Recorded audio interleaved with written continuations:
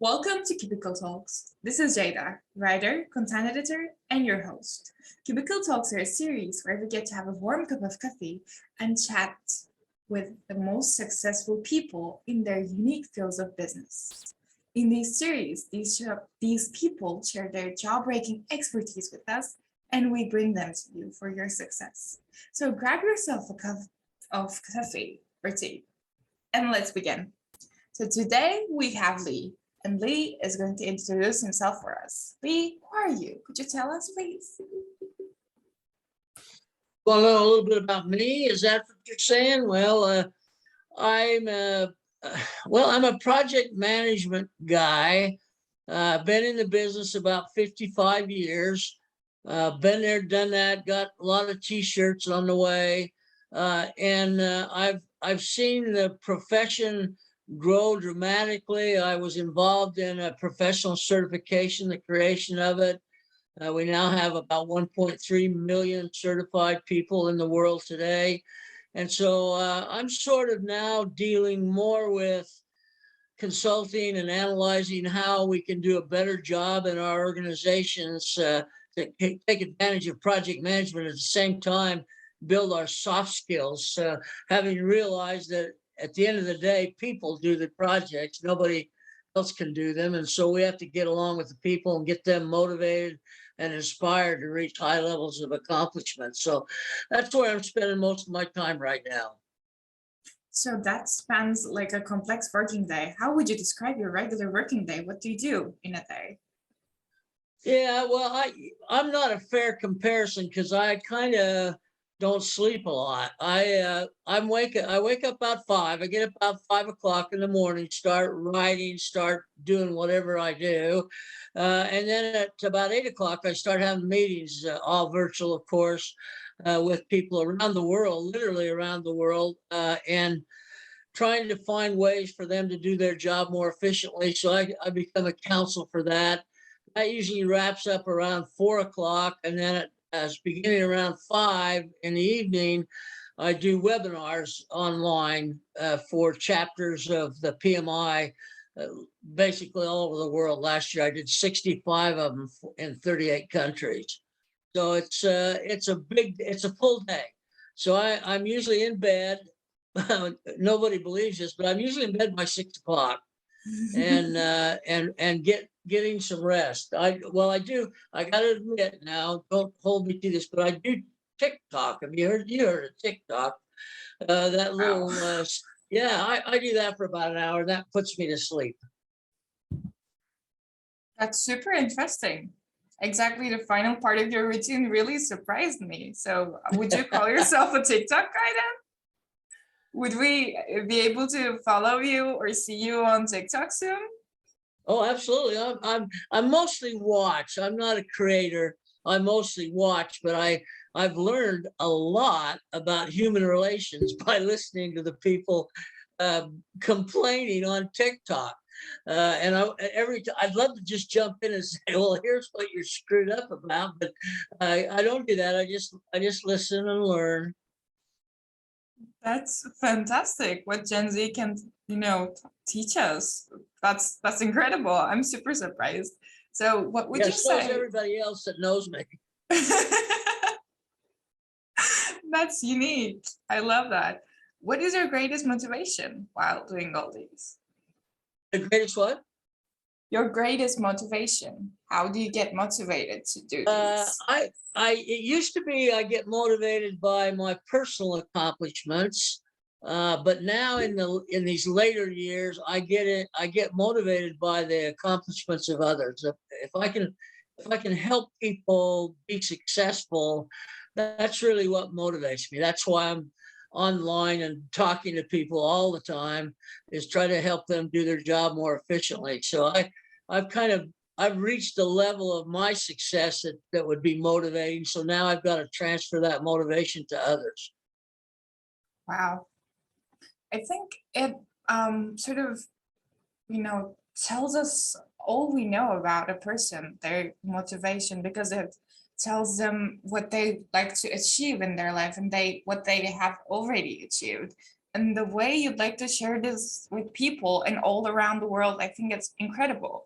So you define yourself as a project management guy, but how did you first find yourself in project management? What pulled you into it and what made you stay? Well, I was educated as a mechanical engineer, and so I started my work in the state of Utah. I'm from Utah, and started to work for a company that they didn't do anything exciting. They made double wall storage tanks. That's how exciting that was. And so I decided that really wasn't for me because I like to be stimulated. So I moved out to California and went to work for the Lawrence Livermore National Laboratory, who make nuclear bombs. I thought that would be a lot more exciting than tanks. And so I got to work for them for about a year and a half. And I actually got to assemble some of the high explosive devices that set off the nuclear implosion. But my wife at the time reminded me that that was a one mistake job. So I decided maybe I shouldn't keep doing that and went to General Electric. And that's where I really started my project management career. They needed a software program installed for managing government contracts. And then they needed to train everybody on how to use it. And so I volunteered to do that. And that's how I got started. And sort of the rest is history. I really liked it. I enjoyed it. I liked the tool side of it. I liked the people side of it. And so I just began to grow in that career. I had some wonderful successes. I've established enterprise PMOs in several organizations. I was vice president of staff and organizational development, kind of an odd fit for a mechanical engineer. But that's where I really got to see the benefits of being able to motivate other people, inspire them to reach heights that they've not really recognized they could do. So that's been the last 15 years or so. But I started training. I like training. I like getting in front of people. That's this whole pandemic thing has been killing me. I like to be in front of big groups, hundreds and thousands of people. So over the past probably 15 years, I've trained about 50,000 people in 23 different countries. So I've really made a life out of training and I always took my family with me. So we've got to see the world. And as I mentioned to you in my note, I've been to Istanbul 3 times with my family. And I know that because every time I look in the cabinet, I see all the crap my wife bought from the market. But I enjoyed Istanbul. I thought the people were very nice, very receptive. My kids learned a lot in Istanbul. And so that we have friends all over. I stayed for months in the Middle East. I really got to know Kuwait. I actually did work for the Emir of Kuwait.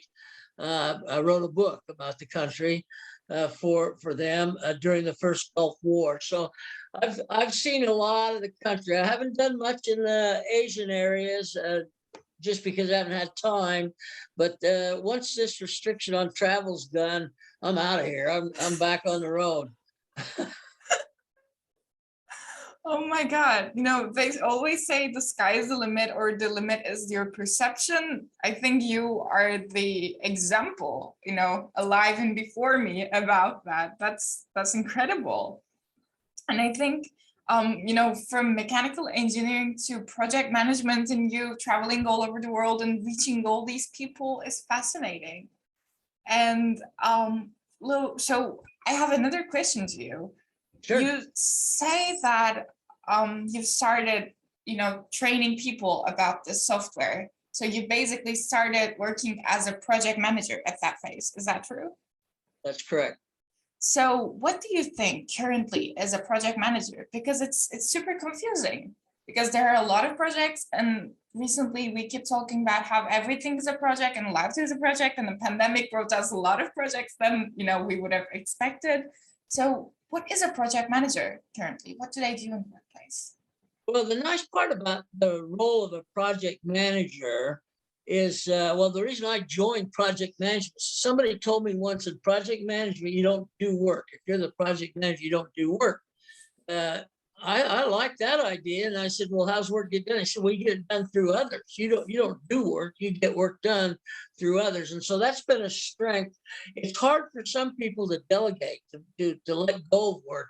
So they try to do it all themselves. And even though they may be able to do it very well, they can't do nearly as much as if you could marshal 6 or 8 people all moving in the same direction. So I started out that way with the idea that if I have information, management support information, I'll be able to make better decisions.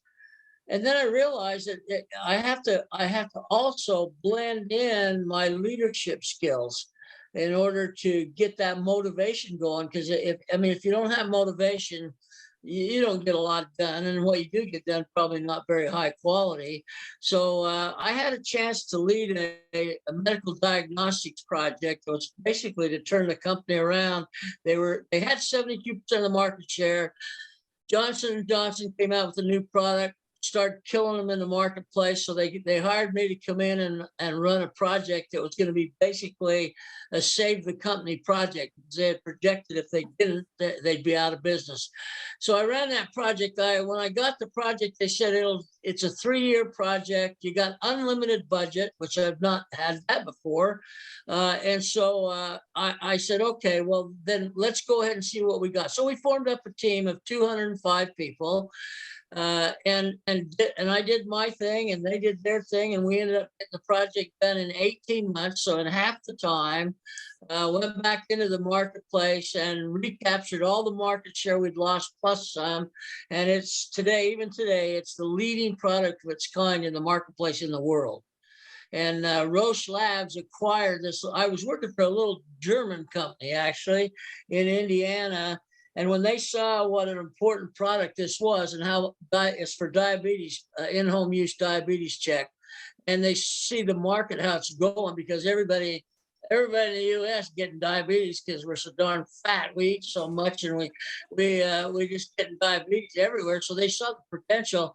They acquired my little company for $11 billion, and to this day, it's Roche Labs' most profitable product. So I can go in a drugstore today, and there's my product that we created in that project. But it was a matter of our team worked 14 hours a day, 7 days a week for 18 months. Okay. And I never asked one of them to work overtime. They knew what had to be done. They were motivated to do it, and they took the time to get the job done. Nobody believes it. They said, how'd you get them to do that? What'd you give them, bonus or what? I said, no, we didn't give any bonuses. We didn't give anything till the project was over. And it's a miracle. It was written up in a magazine, actually, as a miracle project. So that's been the highlight of my career from a project management standpoint. That's where I learned there's so much more to project management than a software tool. Wow. So it's interesting and incredible. Again, like, I think life sort of put you there to try and see how you like that. And then turns out you love that and you stay there and, found your career eventually. I think that's magnificent. And I think you're really fortunate to have had that experience. It must have been really valuable to you. Well, I think it's very important in fact, I just put out a list on LinkedIn of 10 or 11 suggestions for somebody that's starting their career out.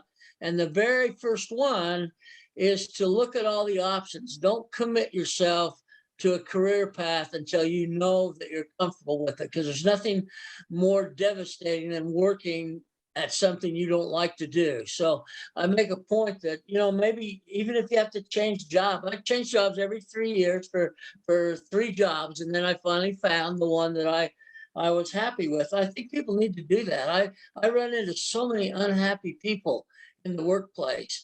And that has a bad effect on everything. I mean, they go home, kick the dog and yell at the kids, and because they've had a bad day at work because they're doing something they don't really want to be doing. So I really encourage people to check it out. Look at what the options are, because in the field of project management, there's so many options that you can take advantage of if you'll just take the time to do it.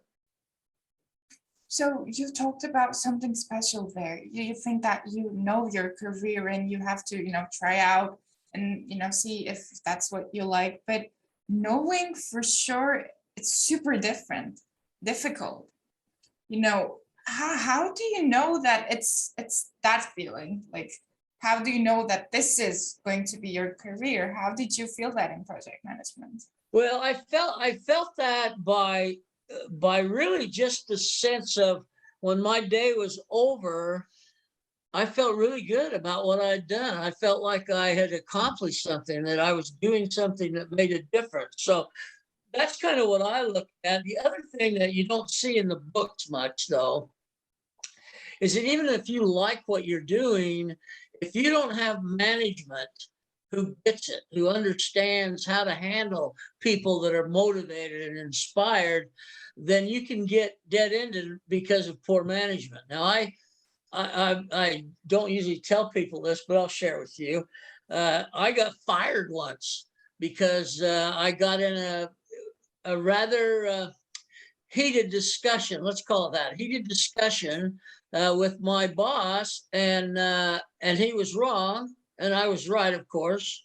And and so he just wouldn't give up. And after about a week of really just kind of going at one another, he didn't really fire me. Here's what he said. He said, "Look, I'd really like you to look into a transfer." Oh so, my God. I mean, I wasn't planning on transferring at the time, but so I was able to do that, and I transferred to a guy who was the best manager I've ever had. So you see, bad can be turned into good if you just be patient. Wow.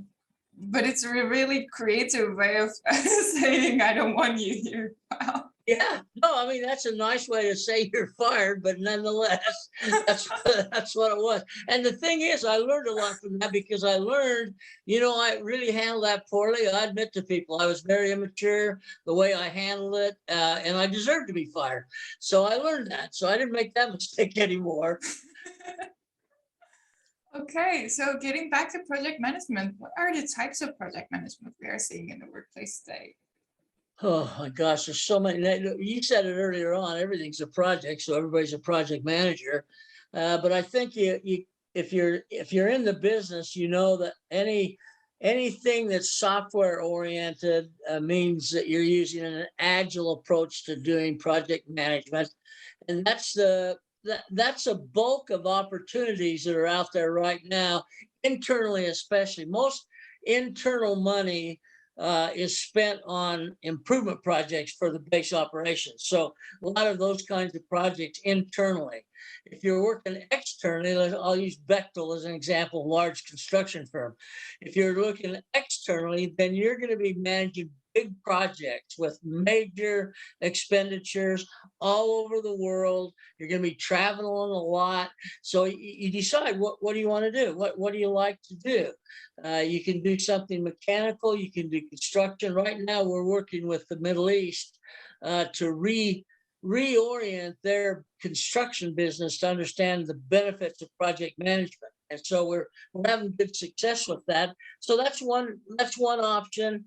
Software, because you see, we have two kinds of. You have a predictive approach, which says you kind of understand what's out there, you kind of know what needs to be done, and then you have the adaptive approach, which is the agile, which is much shorter stints in terms of time. And so you have to decide what you want to get into. I never got into software projects per se. I guess I don't think abstract enough to get into software, because these software people, I don't know where they brains come from, but they can do stuff. I mean, I don't. It's magic. So I can't do that. I can get work done, but I can't do software projects very well. But there's all of those kinds of projects. There's home repair. I mean, it just goes on and on and on. But if you're going to choose it as a career, you need to be careful that you're choosing the right kind of project management, the right type of project management. In my case, what I found was teaching forced me to be very knowledgeable about most things, because questions that come up aren't in the curriculum. I mean, people want to know the answers, and if you haven't prepared for that, if you just focused on one area, then you may not be able to answer those questions. And now they haven't really got their money's worth in terms of training. So I tried to be very broad in the way I go about my training activities. So there is a lot of project management types, like as you said, and life is a project itself. So I think I got my answer, but I would like to make sure. Can we say one type fits all Say that about again. project managers? Can we say that one type of project management manager or project management approach fits to all projects? Oh, don't be silly. Don't be silly. Of course not. One size doesn't fit all. You've got to look at the application. You got to look at the people involved. You have to look at the products you're trying to produce. And while many people have created templates to use, that's just a lazy way of doing project management, because what happens with templates is you stop thinking and you just plug in the boxes. Okay, don't give any thought to what it's actually is. You just plug in the darn boxes. And so no, I don't think it is. I make a big thing out of one size doesn't fit all. So you need to understand the adaptability of each project. And if you try to run one project the way you ran the last project, it could be a failure. Organizations like the consistency of one size fits all, but the deliverable quality is not equal in every project. That's true. So you've touched upon a point which I'd like to emphasize. You say that, plugging in values, basically. And today in the workplace, we are seeing that artificial intelligence can do that for us. What do you think looks like the future to you about artificial intelligence in project management? Wow, you're just coming up with some good questions, aren't you? Yeah, that's a good question. I just wrote a chapter in a book for a guy that had just produced an AI book. I'm a big believer in artificial intelligence. I think I think anytime we can use computerized activity, it's got the benefit. Now, here's the problem. When I talk to people on the outside, they talk about machine learning and repetitive activities being replaced by a machine as opposed to a person. And I don't want to talk about that. I don't care about that. What I care about from a project management perspective is how can I use artificial intelligence to make my decision making more timely and more effective. So, for example, if I'm 3 months into a 1-year project, I have a little saying that I use all the time: is that whatever's happened in the past will continue to happen in the future unless we do something about it. Okay, so the project manager is the person that's supposed to do something about it.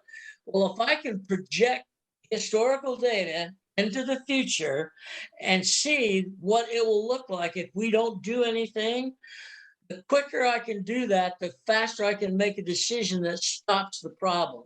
That's how I see artificial intelligence helping project managers take historical data, project it into the future, and then ask yourself, can I live with the answer? Because generally speaking, that saying of whatever happened in the past will happen in the future, it's pretty darn accurate. And so artificial intelligence for a project manager, and I mean, we can look at productivity rates and look at that and see what those are, and then somehow modify that. That's not the decision-making process. I want data that says if you don't do this, this is going to happen. And that's kind of what we're trying to get. I used to do that manually with an earned value system, and I can do it manually. I mean, I know how to do math. I can add and subtract. And the fact is that I could do the same thing artificial intelligence does, but it'll just take me 3 days longer. And so if I could push it in a machine and push it out in milliseconds, that seems like it makes more sense. And so I'm a big fan. I make presentations. I write chapters of books, and I nobody's listening to me though. They keep talking about machine learning and replacing people with machines. That's a big factor. Everybody wants to be replaced by a machine, so they wonder why people aren't getting behind artificial intelligence. Because it's going to take my job. That's why. And so we have issues we have to deal with, but from a standpoint of its value, no question. I think you really embrace a different approach. I never, I always thought in that sense, machine learning, replacing humans with machines, and then artificial intelligence doing things more efficiently, saving time, saving resources.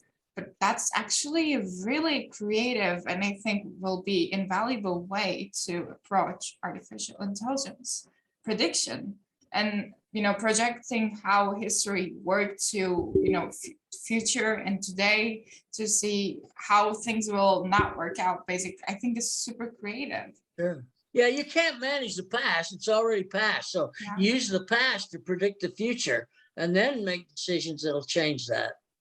I never thought about it in the project management area, but that I think also broadens opportunities in this area as well.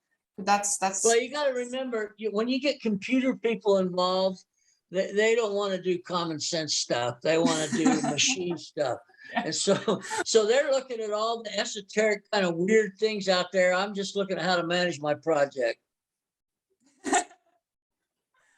Yeah, fair enough, actually. So about, change, and since you open it in the sort of computer science approach and innovation, basically, because they approach everything to, make it more effective, make it more seamless, user-friendly. So we, I think, a bit talked about this, but in general, how should a project manager handle change in the workplace, and how would integrating artificial intelligence to change look like in the future? Well, the problem is right now, especially in the last couple of years, change is a big deal. Everybody's talking about change management. Next thing you know, there's training programs, change management. It's like it never happened before. So you got to realize that everything's going to change. Now, the variability in change is how much are you trying to do before clear requirements have been defined. That's why Agile has caught on, because that we don't try to determine the requirements for the entire project. We determine them in short pieces so that we don't have to make such major changes as we move along. In the old days, I mean, if I had a year project, I planned one whole year out from month to month, to day to day. Well, by the time you're a third of the way in, everything's changed. Hell, nothing stays the same. It's going to change. And if you've got too much planning in detail out in the out time frame, you're going to have to change all of it. You got to do that all over again. So the question is, why would I plan it out? In our early days of the PMBOK for PMI, we had a page in there called rolling wave planning. And we really should have credit for creating Agile, because that's where it came from. The rolling wave planning says, I'm going to plan out for a certain period of time in detail. And then when I get closer to the end of that, I can reach out and pull in more detail. And that has become Agile. That's basically the way Agile runs. They run on sprints. They run on small pieces of work done at a time. So by the time they get to the end of that first piece, they really don't have a lot of unknowns. And so now they can move on and keep it going that way. So this whole change thing started. You may have read this book, Who Moved My Cheese? Did you read that book? It's written by the same guy who did 1 Minute Manager. He was a co-author. Who Moved My Cheese? Now, all the senior level management in every company in America, at least, bought dozens of these darn books and gave them out to everybody in their organization. Well, there's a tip right there. When management's giving stuff out, be wary. And so we looked at that, and I read the book. It was one of the worst books I ever read. It was terrible. They sold millions of copies of that book. And so I looked at the book, I read the book, thinking out it from a project management perspective. I said, I can summarize this book in just a few words. There's a few words. What do you mean by that? And I said, well, I'll tell you what he's telling you. I don't know if you have to read the whole darn thing, but he's telling you, shut up and do it. That's what he's telling you. He said, don't argue with me about change. Just do what I tell you. Well, I'll tell you what, if we're going to talk about motivation, we just shot all the motivation down right there. Nobody gets motivated when they say, shut up and do it. And that's basically what this book pronounced that we should do. So we've tried to catch that and modify it and understand we must manage change more effectively. A lot of our failed projects are due to lack of change management. So we get 3/4 of the way down and then finally realize, man, we can't do this. This is impossible. And so we do have to do a lot, two things, change management and risk management. Those are the two Yeah. areas that must be improved, must be improved. And I don't see what's so hard about it. I mean, change maybe is a little bit more challenging. Risk management's a piece of cake because you're usually dealing with historical information. So projecting that into the future to represent risks and then what happens if a risk occurs is not that difficult. Yeah. So, you're saying that it sold millions, though.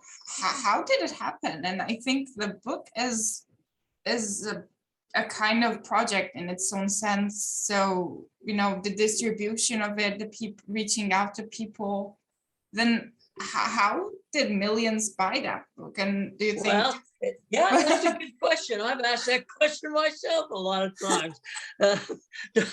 The reason they bought it was that they didn't buy it.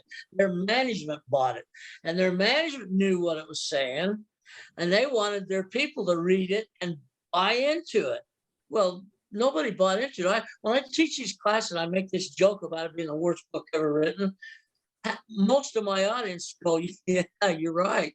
Because see, they didn't have any part in buying the book. They were just given it and told to read it. And then when they tell you to move something and change something, do it. And so that everybody saw through that. Management, kind of silly that they thought they could change that motivational characteristic by buying some stupid little book. Yeah. But it also sounds like authoritarian leadership, and I don't think it always works best in a workplace. And as you said, it kills the motivation and demotivates people to whatever they're working on. And I think it's a nightmare for the project team, currently working and be given that book and saying just do it, and they're trying to be creative, trying to put some diversity from themselves. I think it's a bit unfair to do that. But Oh, anyway. it is, and it kills all that motivational capability they have. And now they're just they're almost like artificial people. They're just going to do what they're told. And so I'm so against that I can't. I mean, I shouldn't probably say bad things about Spencer Johnson's book, but it was horrible. Oh. I won't tell him if you won't. Okay. I'm sure a lot of people want to.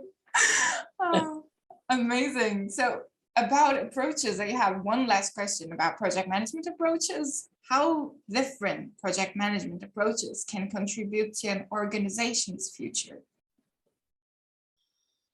Say that last part again. It broke up just a little bit. Okay, so how can a project manager, the approaches a project manager uses, contribute to an organization's future, its strategy, planning? Oh, good. I get your question. Okay, now this is an interesting point. I just taught a class on this yesterday, as a matter of fact, called strategic management and project delivery, closing the gap. Here's the problem we have, because we started about 5 years ago, management started coming out with, you've got to maintain strategic alignment. You've got to maintain strategic alignment. And so what I told my project people is, well, then first thing you need to do is ask, where does this fit? Where does your project fit in the strategic alignment? And if you don't get the answer to that, then you don't know what priority your project has. So we're in a matrix world where we don't own the resources. If we're going to do a project, we got to go borrow them from some silo in some other part of the organization, engineers, science, whatever. We borrow them, okay? But the problem is, you see, there's 3 other projects want those same people because they got to get them out of the same pool. And so now they have to start spreading these people out on multiple projects. So now none of the projects get done on time. So it's almost a guarantee. Well, if you know the alignment, let's say your project is number 1 in terms of criticality or priority. When you go to ask for people, what do you think is going to happen? You're going to get them. You're working on the #1 project in the organization. But they don't want to tell you that, you see. They don't want to tell you it's #1. It's just high priority. Do it high priority. But if you know what priority is, that's your leverage. And in a matrix environment, if you don't have leverage, I'll say you're screwed. You're in trouble. Okay, you're in trouble. And that's what I focus on strategy about. People go, what are you talking about leverage for? We're talking about strategy. That is your leverage. And if you don't know what your strategy is, where you align with the organizational strategy, then you're going to have to be begging and borrowing and stealing just like everybody else. But that's one of the things that made me successful. Before I ever took on a project, I had a long conversation with management. Where does this fit? How important is this project? What is the criticality of this project? Once I knew the answer to that question, I know what I could do. And I also know what I can't do. If they say, well, your project's probably out of 10, we got 10 mission critical projects. Your project's probably about number 9. Well, hell, I know that I can't get the people I need. I won't be able to get all the people I need. So now I got to get innovative and find different ways to do things to get them done faster with less resources. And the secret to that is motivation. That's how I got people to work 14 hours a day, 7 days a week for 18 months is motivation. And once you can do that, then you can begin to get things done with less resource capability. Well, easier said than done, I guess, the motivation. Well, that's because, true. Yeah, everyone is different. Everything works differently for different people. So about a project, we've talked about a team, but I have a more sort of a current one, let's say not future. We've talked about artificial intelligence perspective of this one, but how do you pinpoint at the moment what works in a project and what does not in a project? You're working on it. I'm so sorry. As a project manager, everything is happening, in the wink of an eye. And, you know what works, but how do you know what does not? Well, that's one of the reasons a project manager doesn't do work. They're too busy making sure the work's getting done. And so if you, one of the things I force my project people to do is to create a sound plan, a realistic plan. So when I ask someone how long is going to take you to do that, and they say, oh, I can do it in 3 days, and damn well they can't do it in 3 days, then they're trying to just be optimistic. I want the truth. So if you tell me it's 3 days, at the end of 1 day, I'm going to ask you how are you doing? At the end of 2 days, I'm going to ask how you doing. And you'll be able to tell right away if they're going to be able to get it done when they said they were going to get it done. And then you have to take that information and plug it into the overall schedule to see if it has an impact. Now, if it's not on the critical path, it may have enough float that's not a big deal. But if it's on the critical path, every slippage is a slippage on the delivery date.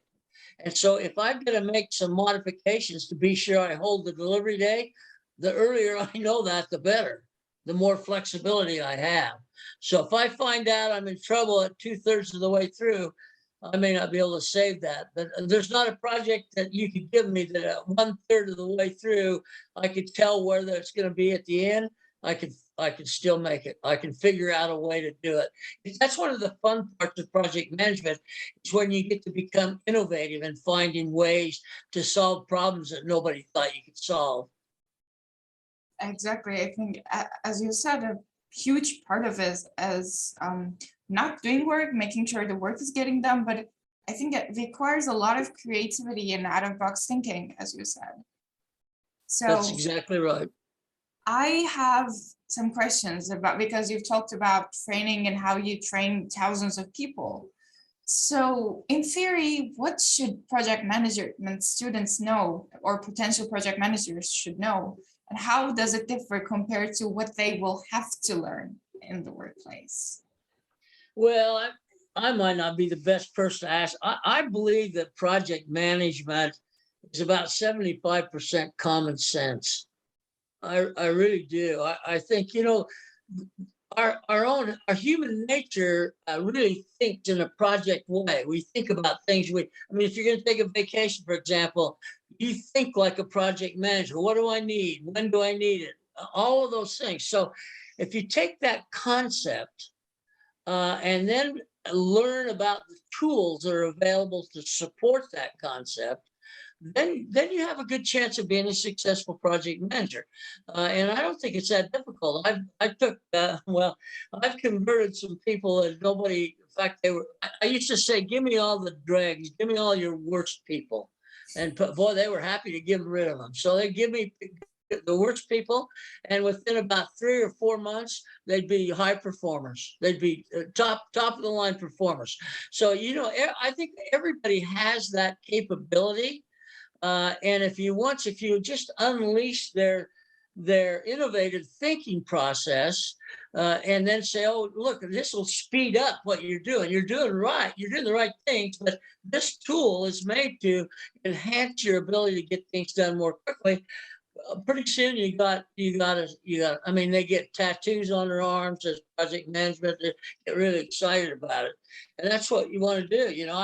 I can't show you my tattoo, but anyway, we've got these things that we can do to do that. And I've taken the person that took my position when I left the National Laboratory was a PhD biologist.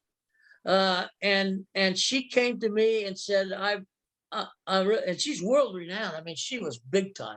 And she said, I just don't want to keep doing this. And she said, I'm not enjoying, I'm not having fun. How can I get into your field?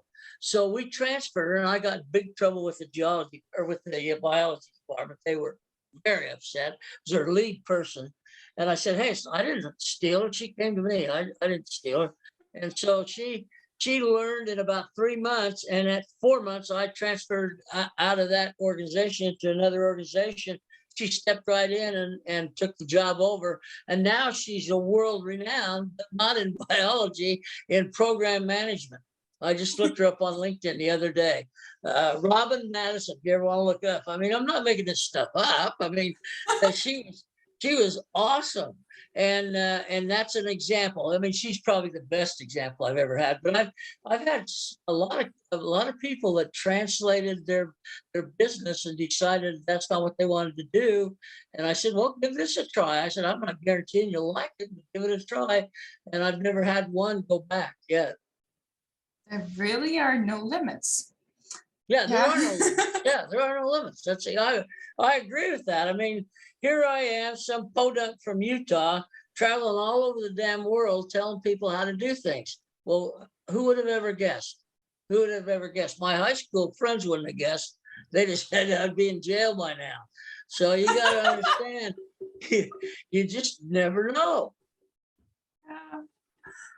But that last example is shocking. One would have every thought, or when she was growing up, thinking that how she loves biology or any other field, that this might be anything. It's exciting and interesting, and I think more people should be.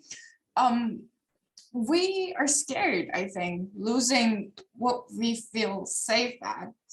You've touched a really important point there, the comfort zone thing. I think she's I think we need to understand. We've produced some data in America that says about 70% of people in the workforce are not happy in their job. 70%. Okay, what do you think that does to productivity? And the same amount, a little less, are not in the field that they were educated in. And so there's the mismatch. They're not excited about their job, and they're not in the job that they went to school on. So I try to caution students, don't pick your major too soon. Don't just like I said, try all these things and then decide what you want to be when you grow up. And I think that's very important. So what I've tried to be over the years is a facilitator to make that transition. I want to be the catalyst for you to end up where you want to be. And so I try to keep touch with as many as I can. And every time I hear a story of success, I just get so happy for them. And I make sure I keep contact with them. I've got several that has been 20 years. I'm still, and they're every time they get a promotion, I'm the first one they tell. Wow. I mean, it's inspiring that you have played a role in these stories. It's like you are one of the key people, and they've sort of discovered a part of themselves thanks to you. So what you do is incredible. I mean, I feel grateful on behalf of them, if that makes sense. I really hope you continuing to people to discover their true passion, because I think it's super important. It's vital, actually. So I have a few questions left about project managers training. What are we doing wrong? You know, I think you've been really innovative in your approach, but there are also other ways of training, and training is super common in today's world because that's Oh how we yeah. learn things. But what are we doing wrong? Like, why do these 70% still are unhappy in their jobs? Well, I think it's a function, somewhat a function of the employment environment. And, people take jobs, they need to take jobs. They need a job. So they'll take a job that's not necessarily a job that they're going to be happy with. And then all of a sudden they find themselves stuck in that job. And they can't afford to change. I mean, you got mortgage payment, baby needs shoes. I mean, you got these expenses, and you can't then afford to try something else. That's the problem, is that people have to make up their mind that they're going to take some risks. Finding the right place is fraught with risk. There's no doubt about that. And so you have to be sure that you recognize there may be some sacrifices along the way, but at the end of the day, you're going to be satisfied, much more satisfied than you are.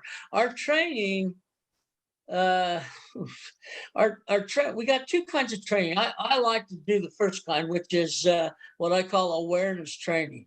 I want to train people and have them go, well, I can do that. Have them sort of feel comfortable with the concept. Okay. Then we have technical training. These are when the geeks come in with all their software and their laptops and their printers, and you sit there for 3 days playing with the keyboard, learning how to use some of these software packages that we use in project management. And there's some great ones out there, but what I found is most of them have so much more functionality than you need that it gets overwhelming. I mean, if you try to learn all the functionality, that's all you'll be doing. And so I think we do too much training that way. I do think we should do more case study training, where people have a chance to actually do what you've been taught to do in a team setting. I used to do a team setting program where we had 5 teams. I set them up to compete against one another on defining this project, and I'd throw change at them, and they'd have to incorporate the change. And so by the end of the week, they knew what the heck was going on. They knew what the benefits of those approaches were. So I think training, we've tried to get too automated, for one thing. This is like virtual training. This virtual training sucks. You can't really, you can't really tell, am I getting through to these people or not? I see one person at a time. And so I'm not a big fan. It beats nothing. I've no doubt about that. But I think once we get back to where it's face to face, where if I say something stupid, the student can say, Mr. Lambert, what are you talking about? Are you on drugs or something? And so you have to recognize that there's, in virtual, you just don't get that. Oh, they say, well, no, you got a little thing, you raise your hand. Yeah, not the same. So my favorite question here, your way of training project managers. I think you have this sort of special, unique to you, one of a kind way of merging humor with something solid as project management. How and since when and how did you, decide to integrate that on your training? Did it just happen? Because I see Yeah, that. I'm so sorry. It kind of happened. I was sitting around and I'd done that train at GE, and I thought to myself, this would be a good field to get into. I said, I feel comfortable in there. I'm actually an introvert. So people go like, you're training in front of thousands of people. I said, yeah. So how do you do that? Well, see, I'm an introvert. That's true, except when you put me in front of a class. And then I'm an extrovert. It just happens that way. And that's the way it technically is supposed to happen. Introverts feed off the crowd. Okay. So I decided, what I need to do is teach for my career. And then I got thinking, wait a minute. If I'm an introvert, because I really was uncomfortable in those classes at first. I don't think it's going to work because I can teach in an empty room. I'll be good in an empty room, but they may not want to pay for that. So I learned I had to develop my own style. Now I have a comedic style. There's no question about that. But I found that learning based on funny things that happen in your work is a great way to learn. People remember it. And so I always incorporate that into my training. So when people leave my training, they become friends. They're friends with me after one class. And I know one of the guys that's most well known in the world, you might even know him, is Harold Kersner. If you've ever heard of Harold Kersner, he's like the name in project management. So he's a friend of mine. He used to live up in Cleveland. He's in Florida now. But I used to ask my students, have any of you had a class by Harold Kersner? Oh my God, their hands are going up. They're so excited. They had Harold Kersner. And so I said, oh, that's good because he's very popular. I said, now let me ask you the real important question. How many of you have ever had another class by Harold Kersner? No hands went up. No hands went up. Now, so do you want to be a one-shot wonder or do you want to have an audience that follows you around? I had guys in my classes in Denver that have been in 17 classes of mine over a 10-year period. Done. This one guy follows me. I swear to God, he follows me. Everywhere I look, he's there. Carl Ertz is his name. He's there. One time I went in the bathroom, he was in there. And so you gotta be sure that if you've got followers like that they're continuing to get. Some of them come for the entertainment, so that you don't want that. That the entertainment's not why you're there.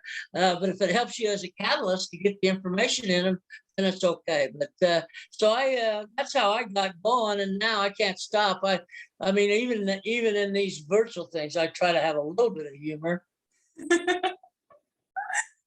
I think it's incredible and it makes you as a person. I really care about that.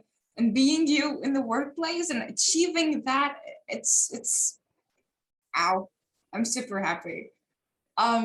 So the second of my favorite part of questions, the baby steps of PMP.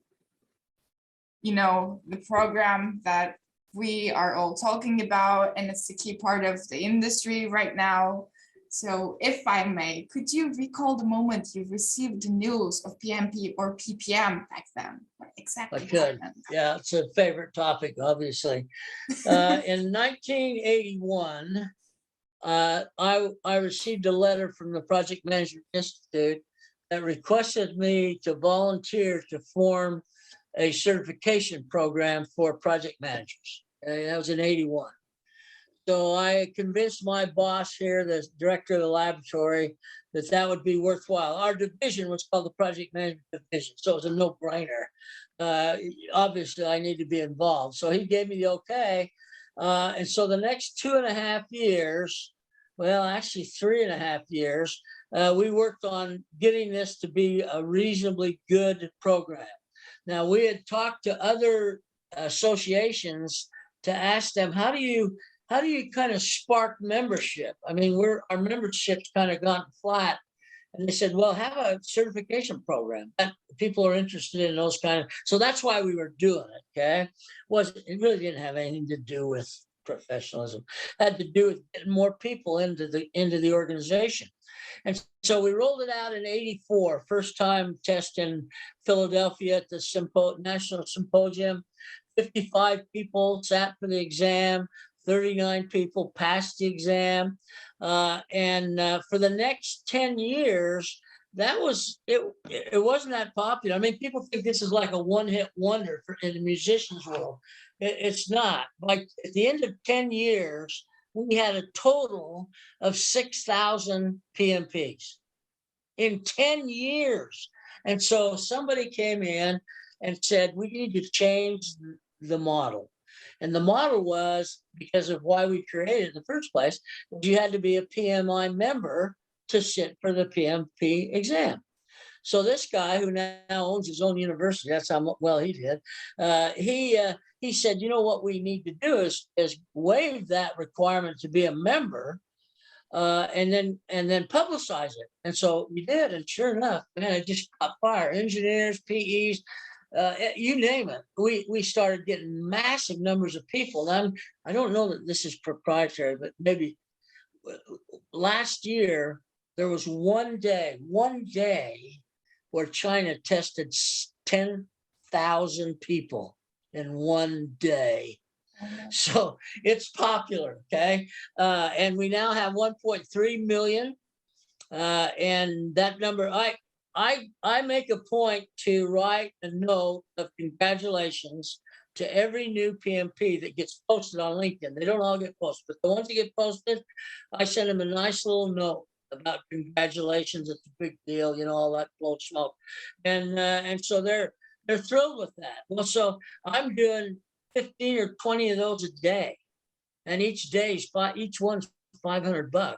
So you can see why we have rather large sums of money in the bank. Is because it keeps coming in, because they recognize that the PMP is sort of the standard in project management. There's some others around there. The IPMA has one. There's probably some in Europe. They think Prince 2 is it's not the equivalent at all. But the fact of the matter is, we keep thinking it's going to slow down because, I mean, it's been hard because the money comes in so fast and so much that you can't hardly figure out how you're going to spend it fast enough. So I think over the years, it's gotten to be, I mean, the traditional golden goose, no question about that. But the PMI is doing some great things. I'm working with them to implement some things that they haven't done in the past to give back to the community. But the PMP it's classic, and they keep improving it. They keep making it more challenging, so that when you get a PMP now, it gives the people hiring you a very good sense that you get it. Now, it doesn't mean you'll be a good project manager. It means you understand it and you were able to take an exam and pass it. We still find people who don't implement it as well as they probably should. But that's it's where it's going. I don't know where we have all kinds of other certifications, but they're minuscule compared to what the PMP is. And by the way, I gave Harold Kersner a chance to be on that team in '81. He said, I don't need no stinking acronym after my name to prove I'm a good project manager. Okay, what did he say, Harold? So he passed. He passed on it. If you got the news today, would you do anything differently? Would I do anything different? Yeah. I really screwed up in the beginning. My role in the very beginning in terms of the committee was that I reviewed all the applications. Well, we created a very simplistic qualification, 3 separate components. You had to have 95 points. I mean, you could be brain dead and pass it. It was rather straightforward. Well, what that did was it made it too easy for people to sit for the exam. And we should have been screening out people that really weren't qualified to sit for the exam. And so that ended up causing some problems in terms of credibility, because some of these people would sit for the exam. Now, you got to remember that in the years not that long ago, it became a memorization process. You took that PMBOK and you memorized it, and then you could sit for the exam and you'd pass. Then you'd go out and get a project, fail miserably because there's nothing there for you to rely on. So that became a big issue, and that's why we've changed it now to the application is much more challenging. The exam is way more challenging. I mean, I wouldn't want to sit for it again. It's a tough one. I mean, it's tough. So I tell people I'd get 100%, no problem, but I'm not taking it to find out. So the companies are currently using it as a, key part of their hiring process. Did Yeah, you? what's happened with that is, I'll use IBM as a classic example. When Lou Gerstner came in to turn IBM around in 1993, he wanted to utilize the PMBOK or the PMP as their way of certifying IBM managers, project managers. Okay, what you did in classic IBM form, as soon as they started to do it, they were starting to create their own program, create their own material. So after about 4 years, toss this out. Okay, they said, no, we're doing it in-house. Well, a lot of companies do that. Not sure that's effective, but the fact of the matter is, it's expensive. I mean, I sold the Sprint account way back in 1996. And there were times that I'd be on site in Kansas City, and we'd have 10 classes going at the same time. And that's back when we were charging like $1,000 a pop, and they were crammed in there like sardines. So as we got more competition, more people training the PMP, then that cost came down, and that some of those things happened. But the organizations are still wanting to form their own. I understand that. I completely understand that. They want ownership of what they're certified, but it doesn't bring the credibility. Now, IBM's did because of IBM. But some company that's really not that big a player creates their own program. The question is, well, is it as good as the PMP? I mean, PMP is, we got 1.3 million of those. How many you got? And so you can start to see that there's some comparisons made, but the PMP's here to stay. I've talked to people who don't think it is. They're nuts. It's here to stay. If anything else happened, they might actually add an advanced certification. So you're PMP, good. That's great. You're pretty good. We're gonna give you a chance to get one that says you're like God of project management, and then we can see how many of them take advantage of that. Yeah, because it raises expectations. When someone gets in as a project management professional, it's, as you said, means that the person gets it, but the expectancy then raises, because that the company wants the person to actually implement a project, and then a theory application thing. I think that the common conflict happens. Yeah, theory's cheap. Application's where it's at. So, do you think there is an application process rather than the exam, or how would that work in the programs? Well, for PMP, I think there'll always be an exam. And we've made the application process much more rigorous so that you don't get to the exam if you really don't have a lot of the qualifications. That's that way. Now, the PGMP, the program management, is not an exam. It's a lot of written stuff, and you actually face a board of reviewers that will decide whether you have earned the PGMP. That's a little different. That's like like you're testing your thesis, and you're going to have a group read and confirm on your thesis that you know what it is you're talking about, and then you get your degree. Well, it's kind of the same with PGMP. It doesn't take an exam. Most of the other ones are exam based, and with an exam, you always run the risk of getting someone who just knows how to take exams. Yeah. It's risky. And every time that happens and somebody hires them and they screw up, they fall back on the credibility of PMP. So we try to make sure we don't let people through. That's a really difficult one to manage. So I'd like to lastly talk about the future of project management and PMP as a program. So I'd love to get your opinion on this one. We see a lot of independent contractors or freelancers, or call them many things. They go by a lot of names today. So we know that there are long-term, short-term positions in the industry for the project managers, like long-term, short-term projects. Do you think project managers can join the world of independent contractors? Like, will we ever see a freelance project manager in the future?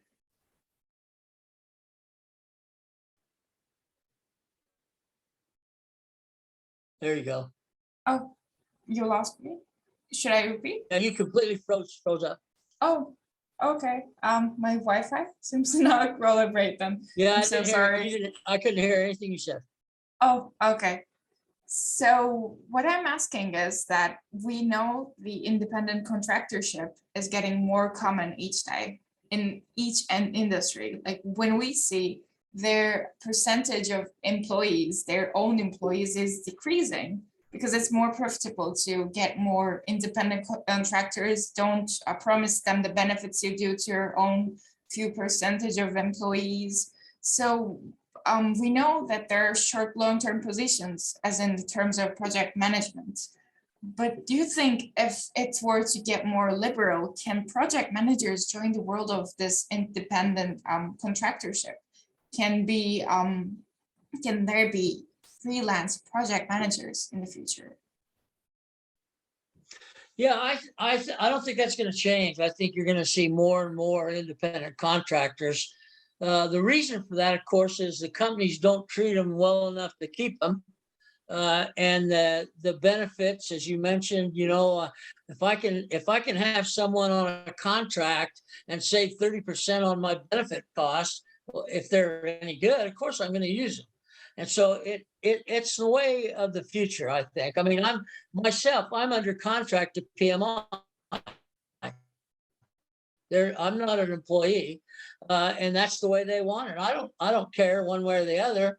But it gives the buyer, the company, a lot more freedom too, because if they aren't performing, get rid of them. And there's not nearly the termination costs associated with the potential legal hassle. You just say, no, your contract's over. That's it. Well, you can get rid of them whenever they fail to perform. So I think that's going to stay. The contractors like it because it gives them a lot more freedom to go see jobs we want them to be with the companies they want. As these subcontractors perform, we've reduced the risk substantially for the company, and we've reducing on a worker. Because now, if a contract ends, let's go get another contract for another company. I don't have to worry about the contract ends. I get fired. I just move to the next company and move in that way. And what it lets you do is you can build your reputation quite quickly. If 3 or 4 times in a row, the people you've contracted with said, man, this guy's good. Let's try to get him when we can. All of a sudden, now you got permanent employment, but you're still contracted. Yeah. They're predicting right now, PMI likes to predict things, and I think this is a good one. They're predicting in the next 5 years, there'll be 25 million new project management jobs. 25 million. That's how fast people are starting to recognize this project management is here to stay. That is a massive number, considering how the world is globalizing each day. So I have 2 questions left for you, and one of them is about the future of project management. How do you think we are going to, it might be relevant to integration of artificial intelligence, but how do you think you're going to teach project management in the future? 10 years, 20 years, or 50 years from now? Well, because PMI has such a presence in the field, what they're doing is sort of indicative of the way it's going to go.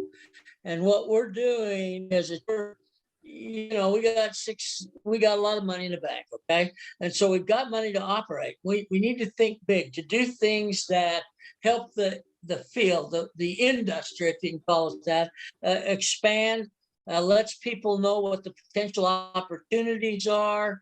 And the more we do that, the more we link up with universities, for example, where people coming out of the university program and either get a few things in project management, or as soon as they graduate, they can sit for project management stuff.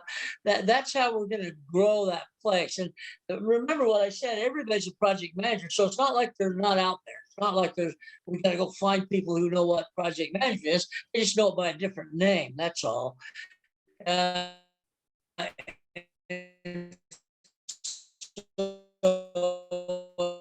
we do that, I can keep up. I was just a starting out member. We have 650,000 members. Now, that doesn't sound like a lot, but that's 650,000 members. It's a good start.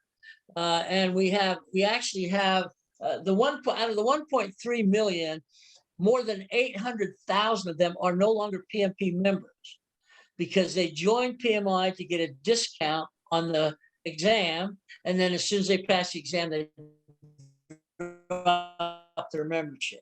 We're trying to do something to entice them back into the organization because they're the key people. I mean, they're people that have been in project management for years, but yet they dropped out as soon as they got their 30% the heck there was they got. We've seen rapidly. We see it growing rapidly in all sectors, everywhere. Yes, so my last favorite question. What kind of challenges do you think are expecting these students, potential project managers, or basically and most generally the next generation of project managers? The challenges. And what kind of what? Right at first you said I didn't get. What kind of challenges do you think are expecting the next generation of project managers? Well, I think that the next generation has to be much more computer oriented, software oriented, because there's going to be more and more software packages come online. I work with a company out of Dublin, Ireland, who's got a very nice little package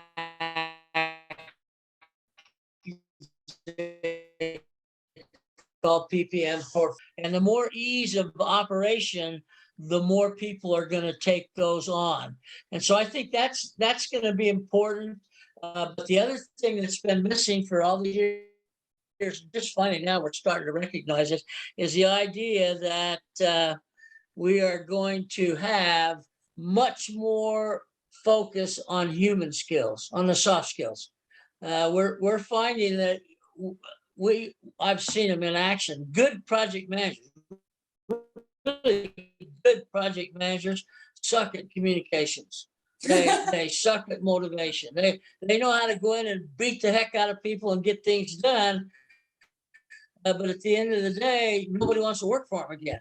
So we're trying to instill in new project management people a very sincere knowledge that I need to work with people. I need to be able to communicate. I need to be able to articulate directions, all of those things, because what you don't do well demotivates people. Yeah, so true. Because it's builds attention, and yeah, okay, so true. And I think motivation is going to be one of those challenges.